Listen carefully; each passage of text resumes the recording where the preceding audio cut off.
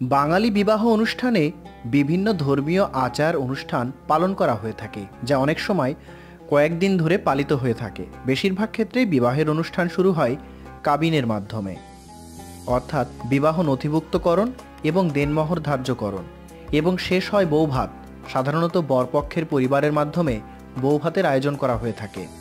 যদিও বাংলার বিভিন্ন অংশে বিবাহ অনুষ্ঠানের আচার রীতি বিভিন্ন রকম হয়ে থাকে, তবে বাংলার হিন্দু সম্প্রদায়ের বিবাহের আচার বাঙালি মুসলমানদের থেকে আলাদা। বাঙালি মুসলমানদের বিবাহ মূল লৌকিক আচার হলেও হিন্দুদের বিবাহের আচারের মূল বেশিরভাগই ধর্মীয় আচার। আজকে আমরা এলাকাভেদে বিভিন্ন অঞ্চলের বিয়ে সম্পর্কে জানব। ঢাকাইয়া বিয়ে।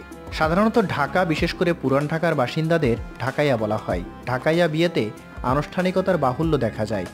বিয়ের প্রস্তাব দেওয়ার পরে বিয়ে সংক্রান্ত উভয় পক্ষের যাবতীয় আলোচনার জন্য পানচিনি অনুষ্ঠানের আয়োজন করা হয়ে থাকে। এই অনুষ্ঠান পরিচালনা করেন পেশাজীবী ঘটক, যাদেরকে বলা হয় মোতাসা। পানচিনি অনুষ্ঠান থেকে ইতিবাচক সাড়া পেলে বিয়ের সম্ভাব্য দিনক্ষণ এবং লেনদেনের বিষয়টি নিশ্চিত করার জন্য আয়োজন করা হয় মোতাসা রায় বা পাকা কথা অনুষ্ঠানের। এই অনুষ্ঠানে বিয়ের কথা পাকা করা হয়। সব অনুষ্ঠানের মুখরোচক খাবারের আয়োজন থাকে। এরকম খাদ্যপর্বকে ঢাকাইয়া বাংলায় বলা হয় খাস আপ্যায়ন। মূল বিয়ে অনুষ্ঠানের কয়েকদিন আগে অনুষ্ঠিত হয় হলদি বা তেলাই, যে অনুষ্ঠানে গোসলের আগে বর ও কনের গায়ে হলুদ বাটা মাখানো হয়। আয়ুর্বেদিকভাবে বিশ্বাস করা হয় হলুদ বিয়ের আগে বর কনের গায়ের রং উজ্জ্বল করবে। বিয়ের প্রথম থেকে শেষ অবাধি আত্মীয় স্বজনের অংশগ্রহণ আর গান বাজনার মাধ্যমে এক আনন্দ ঘন পরিবেশ তৈরি হয়। বর ও কনের বাড়িতে আলাদাভাবে তেলাইয়ের আয়োজন করা হয়।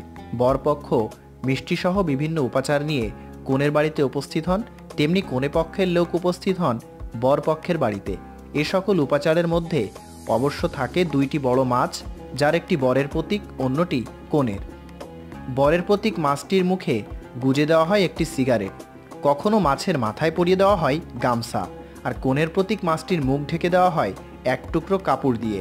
এই মাছগুলো যে কাটে তার জন্য উপহার স্বরূপ মাছের ভিতর দেওয়া হয় অর্থ। হলুদ পর্ব শেষ হলেই শুরু হয় রং ছিটানোর খেলা, যা হিন্দু ধর্মের হোলি উৎসবের অনুরূপ। এরপর বর ও কনের বাড়িতে আলাদাভাবে আয়োজন করা হয় আইবুড়ো ভাত নামের অনুষ্ঠান, যার আরেক নাম কুমারী ভাত। আইবুড় মানে অবিবাহিত অবস্থায় নিজের বাড়িতে বর বা কনের শেষ খাওয়া।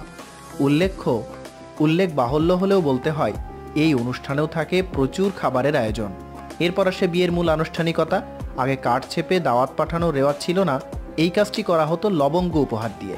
সেই সময় কমিউনিটি সেন্টার ভাড়া করারও কোনো প্রচলন ছিল না, তাই গলির মোড়ে কিংবা এলাকার মসজিদে বিয়ের কাবিননামা লেখার কাজ সেরে নেওয়া হতো। এরপর খাওয়া দাওয়া, উপহার প্রদান আর আতশবাজি ফোটানোর উৎসব দিয়ে চলতো বিয়ে বাড়িতে। বিয়ের পরও আরও মাসখানেক রয়ে যায় ঢাকাইয়া বিয়ের উৎসবের এই আমেজ। বিয়ের পর কনের পিতৃগৃহে বর আর কনের বেড়াতে যাওয়াকে বলা হয় দিরাগমন বা ফিরা উল্টা। শ্বশুর বাড়িতে আসা কনের উল্টা ফিরে যাওয়া। সাম্প্রতিককালে কোনো কোনো আচার প্রথা হারাতে বসলেও অধিকাংশই এখনও টিকে রয়েছে ঢাকাতে। চট্টগ্রাম অঞ্চলের বিয়ে। বাংলাদেশের চট্টগ্রাম অঞ্চলে বাঙালি ছাড়াও বাস করে অনেক আদিবাসী। মূলত এই ভিডিওতে চট্টগ্রাম অঞ্চলের বাঙালি বিয়ের রীতি আলোচনা করা হলো। চট্টগ্রামের বিয়ে সাধারণত হয় বেশ আড়ম্বরপূর্ণ। বিয়ের প্রাথমিক কার্যকলাপ অন্যান্য অঞ্চলের মতোই সম্পন্ন হয়, তবে বিয়ের আগে আয়োজন করা হয় বৌজোরনি অনুষ্ঠান। এই অনুষ্ঠানে বর ও কনের মধ্যে আলাপ করিয়ে দেওয়াই এর মূল লক্ষ্য। এজন্য বৌজোরনি অনুষ্ঠানে কনেকে সাজিয়ে বরের সামনে উপস্থিত করা হয়। জোরনি অনুষ্ঠানটি অনেকটাই এঙ্গেজমেন্ট অনুষ্ঠানের সাথে তুলনীয়। চট্টগ্রামের আরেকটি বিচিত্র আয়োজন হচ্ছে ঘর জামাই বিয়া। চট্টগ্রাম অঞ্চলের বাঙালি বিয়েতে বিয়ের পর কনের বাড়িতে বরের থেকে যাওয়ার রেওয়াজ আছে, যাকে স্থানীয় ভাষায় বলা হয় ঘর জামাই বিয়া। কুমিল্লা অঞ্চলের বিয়ে। কুমিল্লার বিয়েতে গায়ে হলুদ হতো প্রাকৃতিক উপাদান দিয়ে। বাড়ির উঠানে চৌকি পেতে তাতে চাদর বিছিয়ে বানানো হতো গায়ে হলুদের স্টেজ। বাঁশ বা কলাগাছ দিয়ে বানানো হতো স্টেজের সম্মুখ ভাগ। বিয়ে বাড়ি সাজানো হতো রঙিন কাগজের তৈরি রিং জোড় দিয়ে কিংবা রঙিন কাগজ ত্রিকোণ করে কেটে সুতায় ঝুলিয়ে। গায়ে হলুদের জন্য বরের বাড়ি থেকে কনের জন্য এবং কনের বাড়ি থেকে বরের জন্য হলুদ রঙের পোশাক, জুতা, টাওয়াল ইত্যাদি পাঠানো হতো। হলুদের দিনে বরের বাড়ি থেকে হলুদের জিনিসপত্রের সাথে পাঠানো হতো বড় মাছ। সেই মাছের মুখে পুরে দেওয়া হতো টাকা, এবং এখানেও রীতি অনুসারে যে মাছ কাটতেন তিনি এই টাকাটা পেতেন। কনের গায়ে হলুদের পরে তার গোসলের পানি বহন করে আনতেন কনের বড় বোনের জামাই বা দুলাভাই। এই পানি দিয়েই কনের গায়ে হলুদোত্তর গোসল করানো হতো। বিয়ের অনুষ্ঠানে উপহার নামক এক প্রকার রসাত্মক চিঠির প্রচলন ছিল, যা সাধারণত বরকনের ছোট ভাই বোনেরা বরকনের উদ্দেশ্যে লিখে ছাপাতেন। তা আবার ঘটা করে সর্বসমক্ষে পড়ে শোনানো হতো। বিয়ের দিন বিয়ের অনুষ্ঠানে বরপক্ষ অংশগ্রহণ করার সময় কনের জন্য বিয়ের পোশাক এবং গহনা সাথে করে নিয়ে আসতেন। এই পোশাকের মধ্যে কনের মা, দাদি, নানি সহ কনের ভাই বোনের জন্য পোশাক অন্তর্ভুক্ত থাকত। কনের জন্য আনা আভরণ দিয়ে কনেকে সাজিয়ে বিয়ের অনুষ্ঠানে উপস্থিত করা হতো। তারপর ঘরে কনের সম্মতি নেওয়া হতো আর বাইরে বিয়ের স্টেজে বরের সম্মতি নেওয়া হতো। বিয়ের সময় যৌতুকের কোনো উল্লেখ না থাকলেও সামাজিক রীতি অনুসারে কনেপক্ষ শোবার ঘর সাজানোর যাবতীয় জিনিসপত্র কনের সাথে প্রদান করত। এছাড়াও বরের জন্য কনেপক্ষ থেকে অবিসম্ভাবী ঘড়ি, কলম, স্যুট পাঠানো হতো। বৌভাত সাধারণত হতো বিয়ের কয়েকদিন পর, এবং বৌভাতের দিন কনেপক্ষ বরের বাড়িতে দাওয়াত খেতে যেতেন, যেখানে আপ্যায়নের শেষে তাদের সাথেই কনে ফিরানিতে অর্থাৎ বাপের বাড়িতে ফিরতি যাত্রায় আসতেন। বর্তমানে এই রীতির অনেকটাই পরিবর্তিত হয়ে গেছে। সিলেট অঞ্চলের বিবাহ। সিলেট অঞ্চলের বিয়েতে বিয়ের দিন কিংবা বিয়ের আগে ধামাইল নামের একটি মেয়েরি অনুষ্ঠানের আয়োজন করা হতো। এই অনুষ্ঠানে সাধারণত মেয়েরা গীত গেয়ে থাকেন। সিলেটের বেশ কিছু জনপ্রিয় আঞ্চলিক বিয়ের গান রয়েছে, যেগুলো প্রায় সব বাড়ির নারীরাই জানেন, তাই গীতের সঙ্গে প্রায় সবাই গলা মেলাতে পারে। গানের তালে তালে নারীরা তুলে ধরেন বরের মেজাজ, কনের চালচলন। সিলেট অঞ্চলের বিয়েতে একসময় মুসলমানি রীতিতে বিয়ের মধ্যেও হিন্দু রীতির অনেক কিছু স্থান পেত। যদিও সে সময় বিয়েতে প্রাকৃতিক উপকরণের প্রাধান্য থাকার কারণে অনেক ক্ষেত্রে মনে হতো যে বিয়ের রীতি হিন্দু রীতির কাছাকাছি, কেননা হিন্দু রীতির অনেক অংশ জুড়েই ছিল প্রকৃতির পূজা আর প্রাকৃতিক উপাদানের প্রাধান্য। তবে এও সত্য যে ইসলাম ধর্মে উল্লেখ নেই এমন অনেক আচারই হিন্দু ধর্মের প্রভাবে তখনই স্থান করে নেয় মুসলমানি বিয়ের রীতিতে। এ সকল আচারের মধ্যে উল্লেখযোগ্য হল গায়ে হলুদের পুরো অনুষ্ঠান। গায়ে হলুদের অনুষ্ঠানে বোন কর্তৃক ভাইকে রাখি বন্ধন, বিয়ের দিন বরের গোসলের আগে কাস্তে দিয়ে পানিতে বিশেষ আচার পালন, মাথার উপর কয়েক টুকরো ঘাস ঘুরিয়ে অজ্ঞাত অশুভ প্রভাব থেকে মুক্তির আকাঙ্ক্ষা ইত্যাদি। বর্তমানে ধর্ম নির্বিশেষে অর্থের প্রাধান্য থাকে, বিশেষত সিলেট অঞ্চলের লোকের বিয়েতে। সে অঞ্চলের লোক বিলেত এবং মধ্যপ্রাচ্য থাকার কারণে তাদের আনিত রেমিটেন্সের প্রভাবে বিয়ের অনুষ্ঠানাদি হয় অর্থের জাঁকজমকপূর্ণ। অনেক সময় বাহুল্য আচরণাদি স্থান করে নেয় বিয়ের অনুষ্ঠানে। সিলেট অঞ্চলের বিয়েতে গাড়ির বহর একটি সাধারণ এবং নৈমিত্তিক অনুষঙ্গ। সাধারণত বরপক্ষ কতটি গাড়ি নিয়ে বরযাত্রী গেলেন তা আভিজাত্য প্রকাশের একটি মাধ্যম। অনেক ক্ষেত্রে একই এলাকার মধ্যে এক বাড়ির সাথে অন্য বাড়ির বড়ত্ব প্রকাশের মাধ্যমও হয় এই গাড়িবহর। গায়ে হলুদের অনুষ্ঠানে মঞ্চ সাজানোর ক্ষেত্রে কাঁচা ফুল, গাছের পাতা ইত্যাদির ব্যবহার লক্ষ্য করা যায়। গায়ে হলুদের অনুষ্ঠানে মঞ্চ সাজানোর ক্ষেত্রে কাঁচা ফুল, গাছের পাতা ইত্যাদির ব্যবহার লক্ষ্য করা যায়। অধুনা মেঝেতে কার্পেটের বদলে একটি বিশেষ কৌশল অবলম্বন করে অলঙ্করণ করা হয়। মাটির মেঝেতে কাঠের গুঁড়া আর আইকাঠা মিশিয়ে এক প্রকার মণ্ড তৈরি করা হয়, যার সাথে রং মিশিয়ে মেঝেতে নকশাকারে বসানো হয়। তারপর অতিরিক্ত অনুষঙ্গের প্রয়োজন হলে মটর ইত্যাদি বসানো হয়।